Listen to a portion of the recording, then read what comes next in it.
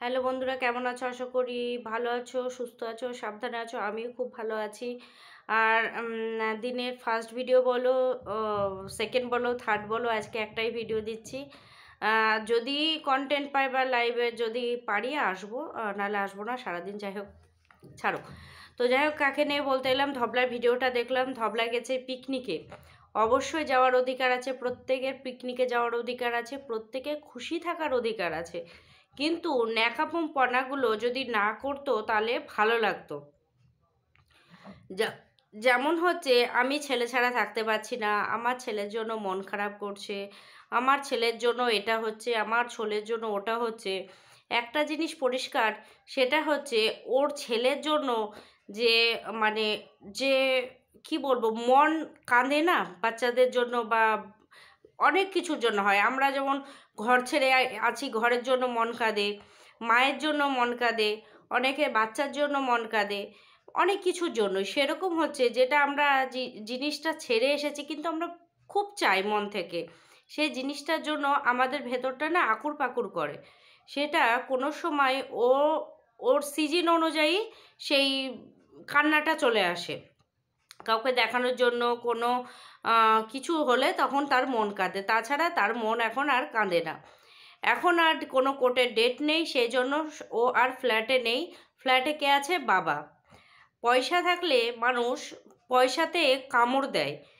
কারণ হচ্ছে, এই ফ্ল্যাটটা কিছু না হলেও কম করে, আমি কথায় বলছি, 5,000 টাকা কিছু না হলেও ভাড়া আছে। তাহলে 5,000 টাকা আমার যদি মাসে মাসে যদি আমার কোনো প্রয়োজন না থাকে, তাহলে আমি কেন খরচ করব? তারপরে মেনটেনেন্স আছে, তারপরে ইলেকট্রিক বিল আছে। কিছু না হলে আমি সব কম করে ধরেও 5,000 টাকা, 5,000 টাকা একটা কোনো গরিব ফ্যামিলিতে সংসার চলে যায়। ও আজকে বুঝছে না। আজকে ভগবান না করুক কোনো কারণবশত যদি এই চ্যানেলটা ওর চলে যায় বা কিছু হয়, সেদিন ও বুঝবে যে এই 5,000 টাকা আমি কিভাবে খরচ করেছি ধুলিস্যাৎ করে। এখন গিয়েছে ও পিকনিক করতে। পিকনিকে গিয়ে ও ওর যা মানে বাচ্চা পড়ামো দেখছিলাম, কোনো সময় মনে হচ্ছিল না যে ও বাচ্চা আছে, ওর বাচ্চা আছে। কোনো সময় মনে হয় না ওকে দেখে। আর হবেই বা কী করে? তার মাই তো উড়নচণ্ডী, তার মেয়ে আবার কি করে ভালো হতে পারে? তার মাকে দেখেছো কোনো সময় ধীর স্থির বা সব কিছু হ্যাঁ হ্যাঁ হু হু? বাড়িটার পরিবেশটা যেন মানে কি বলবো, কোনো রিচুয়াল নাই বলতে, যে সকালবেলায় এটা হয়, দুপুরবেলায় এটা হয়, এইরকম কিছু না। সব সময় যেন কিছু কিছু পাড়ায় কিন্তু এরকম থাকে, গ্রাম্য এলাকায় না কিছু কিছু বাড়িতে থাকে, সব সময় যেমন আড্ডা বসে থাকে, যে রান্নাবান্না হয়েছে সব বউগুলো এক জায়গায় হয়ে আড্ডা। এই বাড়িটা হচ্ছে সেই রকম, 24 ঘন্টা আড্ডা, খাওয়া দাওয়া, ঘুরতে যাওয়া, মানে রাস্তাঘাটে বেরিয়ে হ্যাঁ হ্যাঁ হু হু করা, এগুলো হচ্ছে তাদের নেচার। ও না এই সন্দীপদেরকে এত কিছু বলেছে না, তো সন্দীপদের বাড়িতে ওর কিন্তু দম ঘুরতো, কারণ ও ওইটা পেতো না তো। আর এখন পয়সা হওয়াতে আর মেয়ে আসাতে, তাদের চ্যানেল হওয়াতে আরও বেশি হয়ে গেছে জিনিসটা। যেটা মনে চাপা বাসনা থাকে না, সেই রকম ওর এখন মন খোলা হয়ে গেছে। যেমন মায়ের তেমন বাবার তেমন মেয়ের, সবাই একবারে হ্যাঁ একদম উড়ু উড়ু মন। আর সন্দীপের কথা যেহেতু বললাম, তাহলে সন্দীপের কিছু বলি।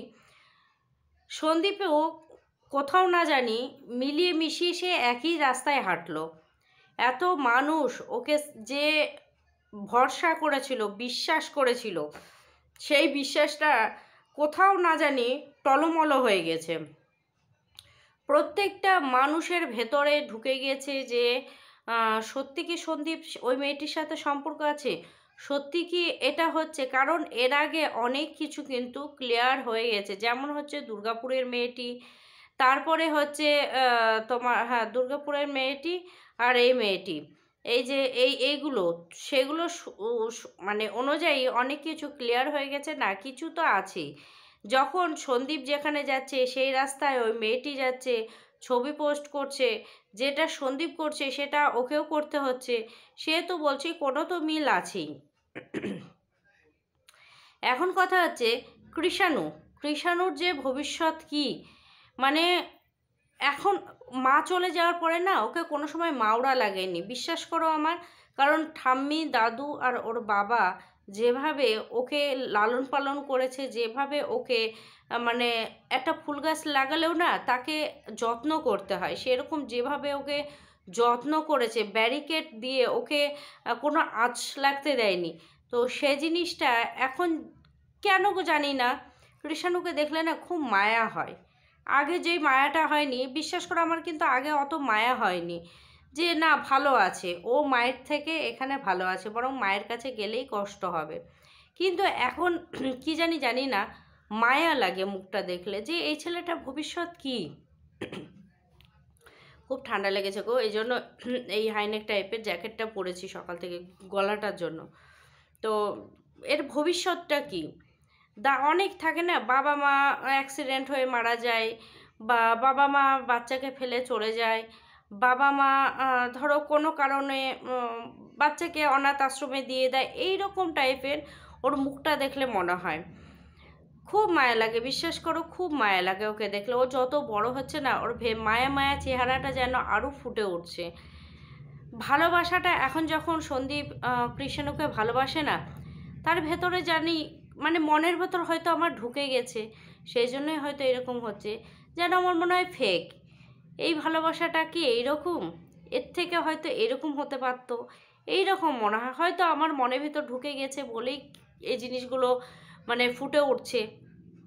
কারণ কিছু যেটা লটেছে কিছু তো বটেই, কারণ না হলে সন্দীপ মেয়েটিকে তো বলতে পারতো তুমি আমি যে ইতে পোস্ট করেছি সেই রাস্তায় পোস্ট করেছে, তো তোমরা কিছু মনে করো না, ওর সাথে আমার সম্পর্ক নেই বা কিছু হ্যান ত্যান, কোনো কিছু না। দিদির হয়ে লড়াই করছে যে কেউ কিছু বলো না, কিন্তু কই ওই মেয়েটির হয়তো একবারও বলছে না যে না ওই মেয়েটির সাথে আমার সম্পর্ক নেই, বা তোমরা এই দেখো নিচের যে ঘরটা তোমরা যেটা বলছো যে এটা secret room secret room secret room, তাহলে তোমরা এই সিক্রেট রুমটা দেখে নাও, আমার সিক্রেট রুম এইরকম, বা আমার পুরো ঘরটা দেখে নাও এইরকম। কোনো কিছু যেন দেখাচ্ছে না বা চুপে চাপে আছে। আর তার থেকে বড় কথা হচ্ছে দাড়ি। প্রত্যেকটা ভিউয়ার্স থেকে মা থেকে প্রত্যেকটা মানুষ বলছে তুমি দাড়ি সেভিং করো, তোমাকে ভালো লাগছে না। আমি কালকের ভিডিওতেও বলেছি আমার একদম পছন্দ মানে ভালো লাগছে না, পছন্দ বলবো কি, ওর সাথে তো আমার কোনো সম্পর্ক নেই যে পছন্দ আমায় বলবো আর কাটবে, সেটা না, ভালো লাগছে না। আর এতদিন দর্শকরা যা বলেছে সন্দীপ কিন্তু শোনার চেষ্টা করেছে, এখন সন্দীপের কিন্তু কোনো যায় আসে না কে কি বলছে, কে কি ভাবছে, কি হচ্ছে। যেমন হচ্ছে সীমাদি, সীমাদি কোথাও না জানি যেমন হট করে এলো, সব কিছু যেন হট করে আবার চলেও গেল ঝড়ের মতো। কারণ সীমাদি এই পরিবারটাকে আঁকড়িয়ে একটা নতুন জগৎ দিয়েছিল। হ্যাঁ, এটা সন্দীপ করতো, ক্যামেরা বলো ভিডিও বলো এগুলো সন্দীপ করতো, কিন্তু যে মেন সাপোর্ট, মানুষ যখন বা গাছ যখন যখন দুমড়িয়ে পড়ে না একটা সাপোর্ট লাগে, বা আমি আছি তুমি চলো বা এটা করো, এই যে একটা সাপোর্ট, সেটা কিন্তু সীমাদি পিছন থেকে দিয়েছিল। বা যে ভাইফোঁটা সন্দীপ কোনো দিনও পায়নি ওদের বংশে নেই বলে, সেই ফোঁটাটা কিন্তু সীমাদি দিয়েছিল। আজ কোথায় না জানি সীমাদি কিন্তু যেমনিভাবে এলো হাওয়ার মতো আবার তেমনভাবেই কিন্তু মিলিয়ে গেল এই দু একটা কথার জন্য। আর সীমাদি বড়দিন গেল, কোনো অকেশান হলেই কিন্তু ছুটে আসে সীমাদি, কেক টেক নিয়ে, কোনো খাবার দাবার নিয়ে বা দেখা করতে, এই যে বারবার পিকনিক হচ্ছে এইগুলোতে ঘরোয়াভাবে কিন্তু সীমাদি সাজগোজ ছিল না, কিন্তু উটভটের মতো চলে আসতো। আমি মাঝে মাঝে ভাবতাম একটা বাড়িতে এলে তো একটা ভালো সাজগোজ করে আসতে হয়, সীমাদি কিন্তু ওই রকম না, ওই টিকির পরে একটা চুল, একটা টিপ, কানের আছে তো নেই, এইরকমভাবে কিন্তু চলে আসতো। মিলিয়ে মিশে খাওয়া দাওয়া করে কাজকাম করে সব ইউটিউবাররা আসাতে মানে সীমাদি উতযোগ করে সবাই মিলে ইউটিউবাররা আসতো, বেশ সুন্দর একটা পরিবেশ ছিল। এখন কি জানি যেন একটা থাকে না ঘরের যে স্যাঁতস্যাঁতা ড্যাম ধরা ঘর, সেই রকম হয়ে গেছে। 24 ঘন্টা ঘরের ভেতর সবাই থাকছে, যখন বেরাচ্ছে সবাই মিলে বেরিয়ে চলে আসছে, পিকনিক করছে চারজনেই, কিন্তু সেই যে একটা মজা, সেই যে একটা আনন্দ সন্দীপের কাছে থেকে যেন কোথাও না যেন হারিয়ে গেছে। খারাপ লাগে, খারাপ লাগে। যে জিনিসগুলো দেখলাম, যে জিনিসগুলো চোখের সামনে হয়ে গেল, সেই জিনিসগুলো কোথাও না জানি মানে হারিয়ে গেল। এই 1 বছর আগেও কি পিকনিক ছাদে, মানে কিছু নয়, ওই সীমাদি বাড়ির রাঁধুনি যে রান্না করে, যে দিদিটা, তাকে নিয়ে সেই রান্না বান্না শুরু করে দিল সীমাদি, মাংস নিয়ে এসেই রান্না করে দিল সীমাদি। মানে এই রকম যে একটা হঠকারী একটা যে পিকনিক, সেটা যে আনন্দ, বা কাকিমাও সবার সঙ্গে যে মিলিয়ে মিশিয়ে যে চলা, এখন কিন্তু ওই যে রান্না বান্না খাওয়া দাওয়া করতে কিন্তু সময় চলে যায়। আর একটা কথা বলি, কয়েকদিন থেকে দেখছি সন্দীপ 2টো চ্যানেল করেছে, মানে করেছে তো অনেক দিন আগেই, কিন্তু তোমার আন্টিকেই কাকিমাকেই করে দিয়েছে সেকেন্ড চ্যানেলটা, রান্নাবান্না কুকিং চ্যানেল টাইপের করে দিয়েছে। তো করছে, কিন্তু খাটনিটা কি, প্রতিদিন যদি বাড়ির কাজ সেরে, একটা মহিলার পক্ষে বাড়ির কাজ সেরে তারপরে এই যে বাচ্চাটাকে সামলিয়ে আর একটা যে কুকিং চ্যানেল যেটা চালানো, সেটা কিন্তু কম কথা না। কারণ সন্দীপের মা সেই ভোরবেলা থেকে উঠে ওই যে বাড়ির যে অন্ধকার, সবে মানে আকাশটা কুয়াশা কুয়াশা অন্ধকার, তখন থেকে কিন্তু উঠে ঘরের কাজ শুরু করে। অত বড় উঠানটা ঝাড় দেওয়া, কাজ কাম, ঘর মোছা, এটা করা ওটা করা। তারপরেও সন্দীপের রেগুলার কিছু না কিছু বায়না, বাচ্চার বায়না, সব কিছু কিন্তু সামলিয়ে কাকিমা আবারও কুকিং চ্যানেলটা করে। তো কার জন্য করছে? ছেলের জন্য করছে। এটা তো আর কাকিমার ইনকাম হচ্ছে তা তো না, ছেলের জন্য করছে, পরিবারের জন্য করছে। সেখান থেকে একটা আমার মনে হয় এবার অন্তত অনেক হলো, অনেক হলো। ঢাক গুড় যে বাড়িতে এলে, কেউ বাড়িতে এলে তোমার ক্ষতি করবে, হ্যান ত্যান, অনেক হলো। এবার আমার মনে হয় একটা কাজের মেয়ে সত্যি আনা দরকার।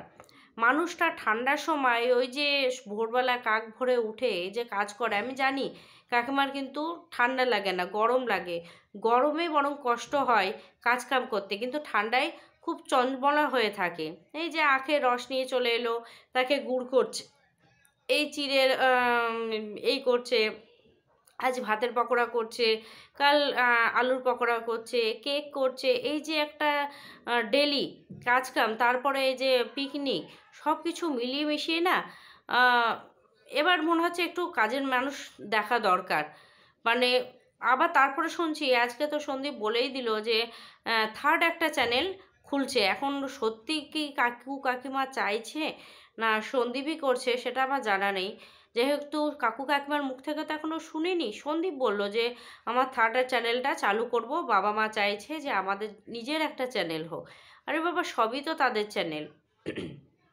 3 নম্বর চ্যানেলটা যখন চালাবে, তাদের হাড় ভাঙনে খাটুনি হয়ে যাবে, হাড় ভাঙনে পরিশ্রম হয়ে যাবে। তো জানি না এসব কি, মানে একজনের উপরে যেন বোঝ চাপিয়ে দেওয়ার মতো। আর বয়স হয়েছে, সব থেকে বড় কথা বয়স হয়েছে, শরীরটাও কিন্তু অনেকটা খারাপ হয়ে গেছে। এই 2-4 মাসের ভেতরে তুমি 2-4 মাসের আগে ছবি তুমি সেট করো, আর 2-4 মাসের পরের ছবি সেট করো, তাহলে বুঝবে সন্দীপের মায়ের শরীরটা কিভাবে খারাপ হয়েছে। কাকিমার প্রচুর খারাপ হয়ে গেছে, যেন মুখটা শুকিয়ে গেছে, দাঁত মুখ বেরিয়ে যাচ্ছে আস্তে আস্তে। প্রচুর পরিশ্রম হচ্ছে, আর কিচ্ছু না, প্রচুর পরিশ্রম হচ্ছে। তো চলো বন্ধুরা, ভিডিওটা আমি এইটুকুই রাখলাম। যদি আমার সঙ্গে সহমত হও তাহলে একটা করে কমেন্ট করো। টাটা।